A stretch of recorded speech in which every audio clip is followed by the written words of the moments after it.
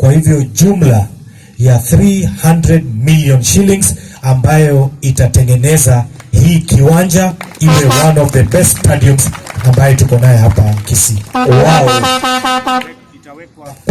Itawekwa ile track and field, watu watakuwa wakikimbia, itakuwa kama zile ambayo mnaona kwa TV. Ndio tuwe na hii kiwanja yetu mzuri. Ama namna gani?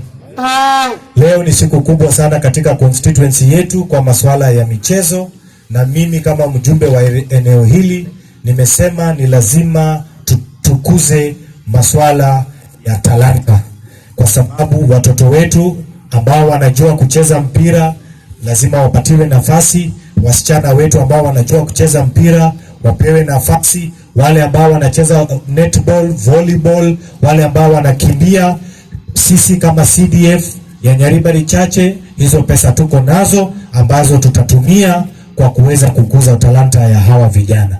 Miaka hizo ambazo zimepita, mnajua vizuri sana mambo kama haya yalikuwa hayafanyiki. Pesa zilikuwa ziko, lakini zilikuwa zinaenda kwa mifuko ya watu wachache. Na mimi nilisema mambo ya Oboke Nyumba, mambo ya nini, hapana. Pesa ya Nyaribari, watu wa Nyaribari wapate faida, waone maendeleo. Kwa hivyo sina mengi, nataka kuwashukuru kwa kunipa nafasi, na leo tutaweza ku-launch the NGCDF ya constituency yetu ya Nyaribari Chache. Hii itakuwa mwanzo wa mambo mengi ambayo inakuja. Tumeelewana? Ya pili, baada ya kulaunch hii tena, mimi kama mjumbe wenu nimepanga yangu ya Zair Janda Soccer Tournament ambayo itachezwa katika constituency yetu ya Nyaribari Chache, na nimesema hiyo tournament number 1 atapata, timu ya kwanza ambayo itashinda watapatiwa shilingi 2.5 milioni.